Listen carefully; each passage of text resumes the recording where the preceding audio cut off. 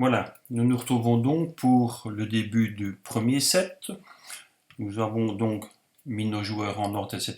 Et nous voyons maintenant que nous avons le setup first set, c'est-à-dire que l'on peut prendre les paramètres pour débuter le premier set.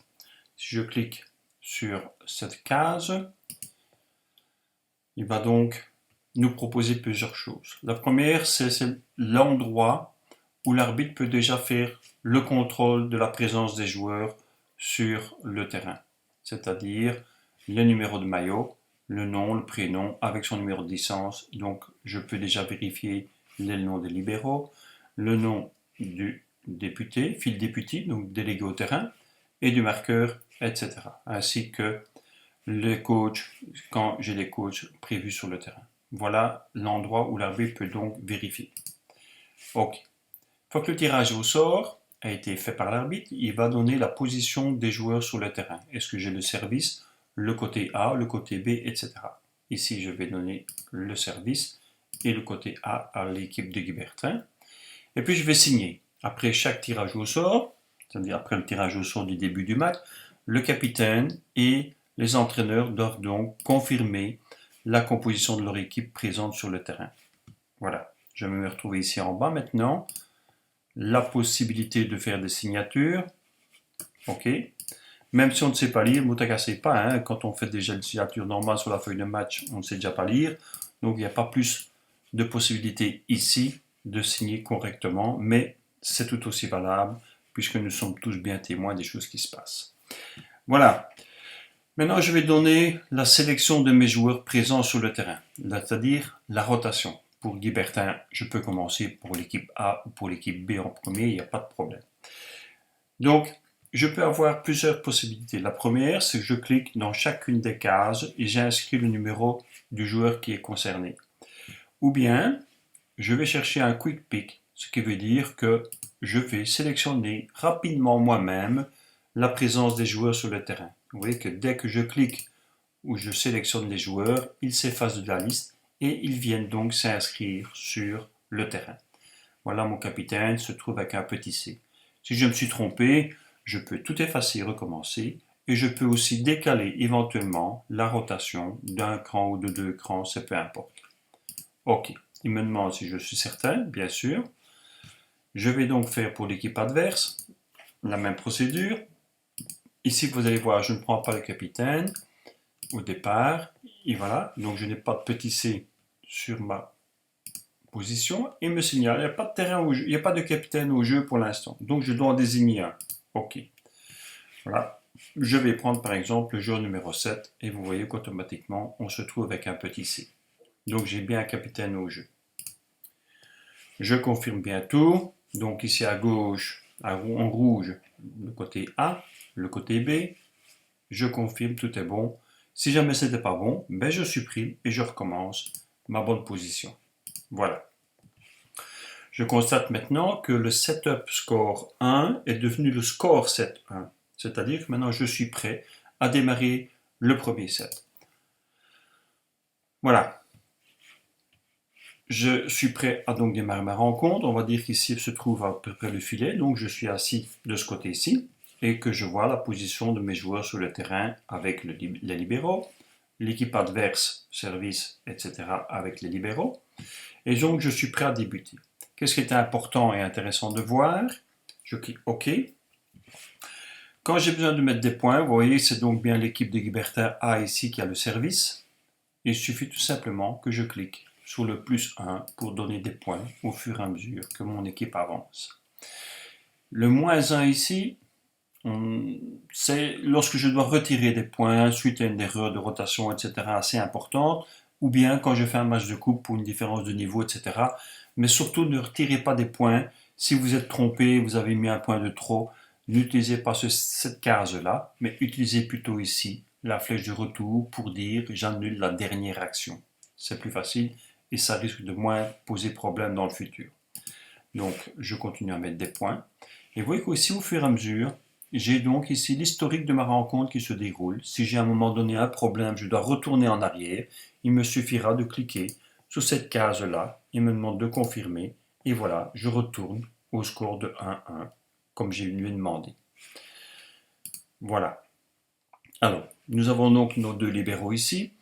Chez nous, souvent en province, on ne tient pas compte le fait qu'il ait participé effectivement au jeu ou pas, mais en fonction des niveaux où se trouve, il doit pouvoir avoir une participation effective sur le terrain. Donc, pour ce faire, je vais cliquer dessus et il va me dire joueur a joué, oui. Donc, j'ai un petit point jaune qui vient se mettre. Je vais encore avancer un petit peu. Voilà, mon deuxième libéraux prend au terrain, même chose. Voilà. Et vous voyez que tous les deux ont bien effectivement joué, participé au jeu. Même chose pour ce côté ici, hein. Nous sommes d'accord, il n'y a pas de différence. Voilà, voilà.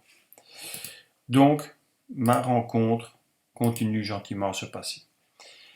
Alors, qu'est-ce que nous avons? Nous avons encore ici la case IR. IR, en anglais, Improper Request, c'est-à-dire des demandes non fondées lorsque, par exemple, un coach demande un troisième temps mort. Je vais cliquer là-dessus et automatiquement, voilà, il va me demander, êtes-vous sûr que c'est l'équipe de Guibertin? Ah, oui, ok. Et ici, demande non fondée pour l'équipe de Guibertin. Je clique à côté et je vais éventuellement inscrire demande troisième temps mort. Voilà. Et puis je fais OK. Et puis ma partie continue. Je vais encore donner un petit point pour avancer, hein. Voilà. Maintenant, la petite horloge ici, ce sont les temps morts. Voilà. L'équipe de Guibertin B me demande un temps mort. Le petit 1 s'est mis tout de suite. Et vous voyez que l'horloge se met à compter mes 30 secondes. À partir de 30 secondes passées, ça va revenir directement au bon écran. Et nous allons stopper un peu plus vite. Voilà. Je continue à donner les points. Alors, qu'est-ce qu'il nous reste à voir encore ici? Ici, ce sont les retards de jeu. Par exemple, après un temps mort, un joueur reprend tardivement le jeu, ou on ralentit le jeu, etc., etc. Il suffit de cliquer ici dessus. Est-ce que vous voulez appliquer un retard de jeu? Oui, ok. Et bien voilà, le retard de jeu est appliqué. Il se trouve ici. Ici au-dessus, on va donc retrouver les sanctions pour l'équipe. Retard de jeu en jaune, pas de points. Et puis en rouge éventuellement si j'en demande, etc., etc., avec automatiquement l'application d'un point pour l'équipe adverse. Alors, je vais par exemple cliquer sur le joueur numéro 9 et là j'ai la possibilité de le changer, de donner une sanction ou de le déclarer blessé. On va dire changement. À ce moment-là, il va me proposer tous les joueurs présents sur le banc. Je vais prendre le joueur numéro 10 par exemple. Voilà. Automatiquement, donc, le 10 est venu prendre position pour le joueur numéro 9 et ça confirme bien ici au-dessus également. Dans le cas, évidemment, où je dois faire deux remplacements directement, hein, l'un à la suite de l'autre, parce que c'était demandé en même temps, il suffirait que je coche le joueur suivant pour me donner la possibilité également. Voilà, je continue ma rencontre. Et puis, je vais demander un deuxième temps mort. Vous voyez, le 2 se met automatiquement. Nous allons dire que les 30 secondes sont passées et nous continuons. Alors, j'ai maintenant, par exemple, un joueur ici présent qui n'est pas content avec ma décision d'arbitrage.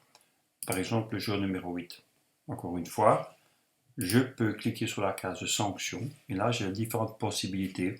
Warning, avertissement, sanction, expulsion, disqualification, etc.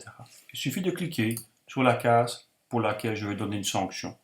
Le joueur numéro 8 a reçu donc une carte jaune et vous allez voir que la carte jaune étant valable pour toute l'équipe et tout le match, je ne saurais plus donner de carte jaune, par exemple, à la même équipe. Vous voyez, ce n'est plus acceptable. Je vais donner une sanction. Vous voyez, tout de suite, le score est passé à 21. Et je retrouve effectivement donc mes sanctions dans mon historique de jeu. Alors, qu'est-ce que l'on peut encore voir? Un joueur blessé, par exemple. Voilà, le joueur numéro 4 se blesse. Donc, je clique sur le 4. Je vais cliquer sur la case joueur blessé. Il va me présenter donc tous les joueurs pour lesquels il est possible de faire un remplacement normal, régulier pour ce joueur blessé. Vous voyez, le 4 est blessé. Et le joueur qui est donc venu sur le banc, il y a une petite croix rouge pour dire que c'est bien un joueur blessé. Voilà. Nous avons pratiquement vu l'ensemble des sets. de tout ce qu'on peut déjà faire sur un set.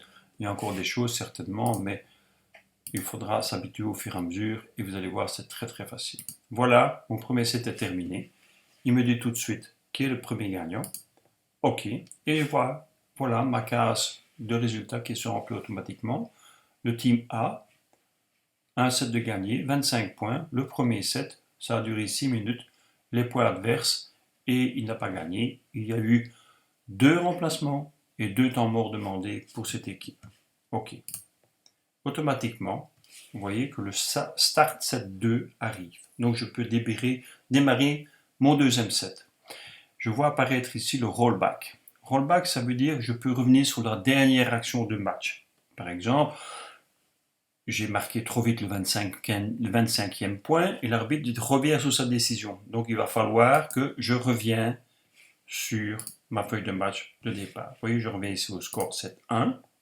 Je vais le reprendre et vous voyez, le score est revenu 24-7.